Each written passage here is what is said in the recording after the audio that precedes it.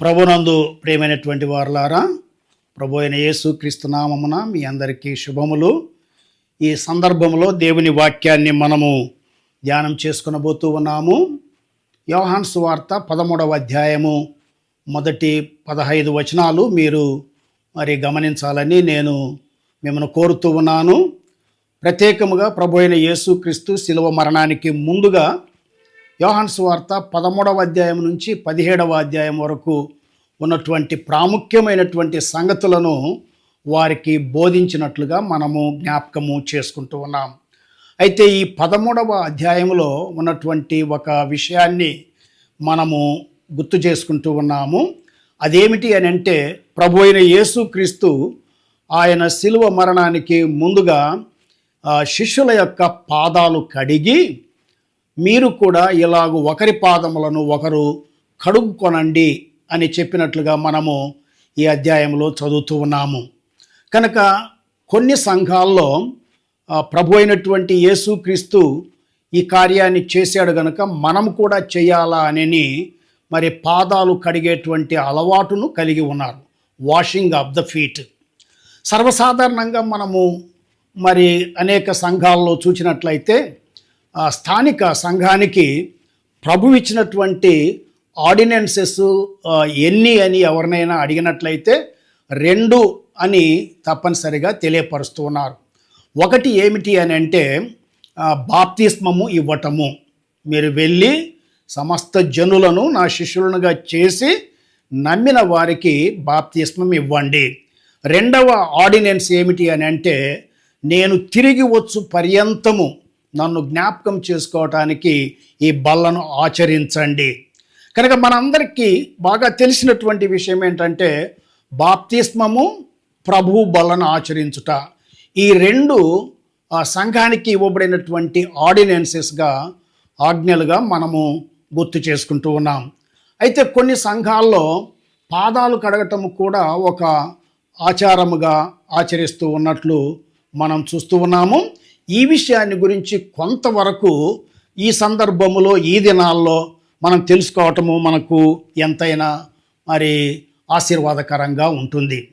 మనము ఒకరి పాదాలు ఒకరము కడుక్కోవాలన్నా, ఒకరి పాదాలను ఒకరము కడుక్కోవాలి అనేటువంటి బోధను నమ్మేటువంటి వారికి ఒక ప్రేమతో ఒక హెచ్చరిక ఏమిటంటే, ఈ విషయాన్ని గురించి చర్చ్ ఎపిజల్స్లో, అంటే రోమా పత్రిక, కొరింథీ పత్రిక, గలతీ పత్రిక, ఎఫెసీ పత్రిక, ఫిలిప్పీ పత్రిక, ఇలాంటి చర్చ్ ఎపిజల్స్లో ఎక్కడా కూడా మనము ఒకరి పాదములను ఒకరు కడుక్కోవాలా అనేటువంటి విషయాన్ని గురించి మనము చదువుటలేదు.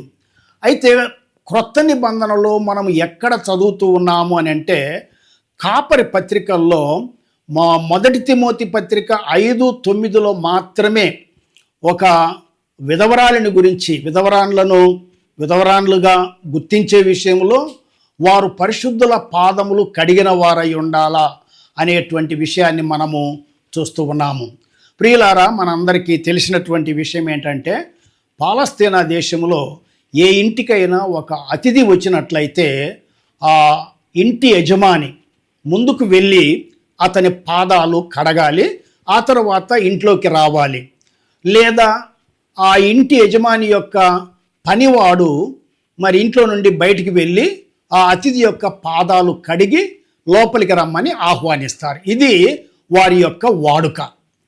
ఈ పాదాలు కడగటం అనేటువంటిది ఇంటి దగ్గర జరిగింది కానీ, యెరూషలేము దేవాలయంలో కానీ, చర్చికి వచ్చినప్పుడు ఒకరి పాదాలు ఒకరు కడుక్కోవటం అనేటువంటిది మనము చరిత్రలో ఎక్కడా కూడా చూడం. ఈ అలవాటు ప్రారంభం నుండి లేదు. మనందరికీ తెలిసినటువంటి రీతిగా ఈ అలవాటు అనేటువంటిది మధ్యలో 4వ శతాబ్దంలో అది ఇంట్రడ్యూస్ చేయబడినట్లుగా మనందరికీ చరిత్ర తెలిసినటువంటి విషయమే. అయితే పాదాలు కడుక్కోవటము, యేసుక్రీస్తు శిలువ మరణానికి ముందుగా శిష్యుల పాదాలు కడిగి వారికి నేర్పించినటువంటి పాఠం ఏమిటి అని అంటే, మీరు ఒకరి పాదాలు ఒకరు కడుక్కొనండి, మిమ్మును మీరు తగ్గించుకొనండి. సేవ చేయాలి అని అంటే మీరు తగ్గించుకోవాలా అని ఒక పాఠాన్ని వారికి ప్రభు నేర్పించాడు. ఎందుకంటే ప్రభు వారి హృదయ రహస్యాలను ఎరిగినటువంటి వాడు. వారు సతమతమవుతూ ఉన్నటువంటి సమస్యలు ఉన్నాయి. దేవుని రాజ్యంలో ఎవరి గొప్పవారు, నేను గొప్పనా అని ఊహించుకుంటూ ఉన్నటువంటి ఆ సమయంలో, ఆ దినాల్లో ప్రభు ఈ ఆబ్జెక్ట్ లెసన్, ఇదిగో మీరు ఒకరినొకరు తగ్గించుకోవాలా అనేటువంటి దానికి మరి సూచనగా ప్రభు ఆ యొక్క కార్యాన్ని చేసినట్లు మనందరికీ అర్థమవుతూ ఉంది. ప్రియులారా, గమనించండి, సంఘానికి ఇవ్వబడినటువంటి ఆర్డినెన్సెస్లో ఉద్దేశం ఏమిటి అని అంటే, బాప్తిస్మం ద్వారా కానీ ప్రభురాత్రి భోజనం ద్వారా కానీ సువార్త ప్రకటించబడాలి. కనుక ఏ ఆర్డినెన్స్ అయినా కూడా మనం ఆచరించినప్పుడు దాని ద్వారా సువార్త ప్రకటించబడాలి. అంతేగాని మన అహాన్ని, మన ఈగోను పెంచేటువంటి దాని కొరకు కాదు అనేటువంటి విషయాన్ని మనము జ్ఞాపకము చేసుకుంటూ ఉన్నాం.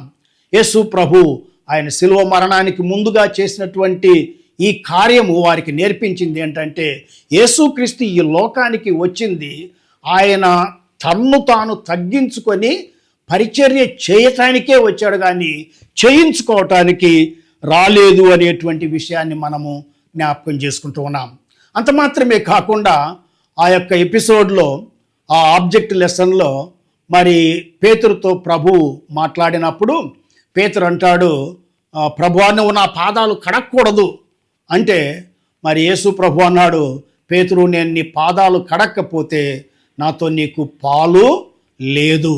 సో ఆ యొక్క మరి వాషింగ్ ఆఫ్ ద ఫీట్లో మనకు అర్థమయ్యేది ఏమిటి అని అంటే, కడగబడాలి అంటే పరిశుద్ధంగా జీవించాలి, మనల్ని మనము తగ్గించుకోవాలా అనేటువంటి విషయమే. కానీ ఈ యొక్క ఆచారాన్ని మరి మీరు కొనసాగించాలి, మీరు నమ్మినా నమ్మకపోయినా ఒకరి పాదాలు ఒకరు కడగాలి అనేటువంటి ఉద్దేశము ఎంత మాత్రమును కూడా కాదు అని మనకు ఫేస్ వాల్యూను బట్టి అర్థమవుతూ ఉంది.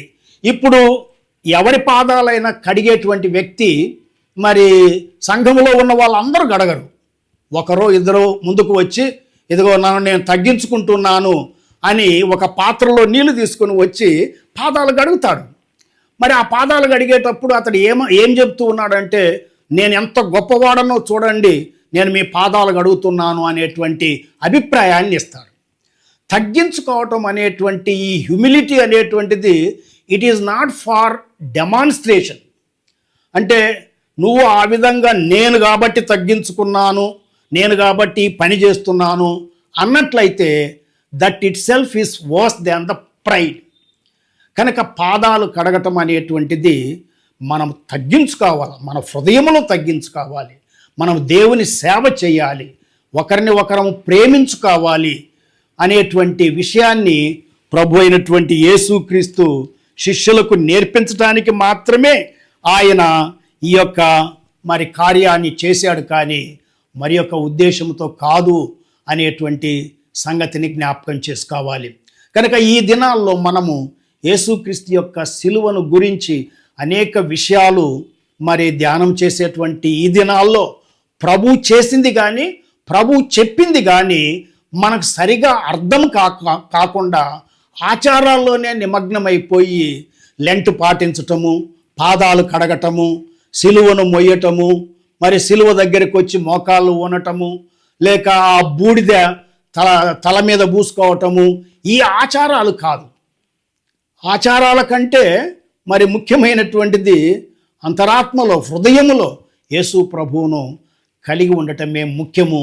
కనుక ఈ యొక్క శ్రమ దినాల్లో ప్రభు అయిన యేసుక్రీస్తును మనం కలిగి ఉన్నామా, ఆయన వెంబడిస్తూ ఉన్నామా అని మనల్ని మనం పరీక్షించుకొని మరి ముందుకు సాగినట్లయితే దేవుడు మనలందరినీ కూడా ఆశీర్వదిస్తాడు. మరి వివరాలకు మీరు యోహాను సువార్త 13వ అధ్యాయం నుంచి 17వ అధ్యాయం వరకు చదవాలని మిమ్మల్ని కోరుతూ, దేవుడు మిమ్మల్ని దీవించాలని మరి ప్రార్థిస్తూ ఈ యొక్క సందేశాన్ని ముగిస్తూ ఉన్నాను. దేవుడు మిమ్మల్ని అందరినీ దీవించునుగాక. ఆమేన్.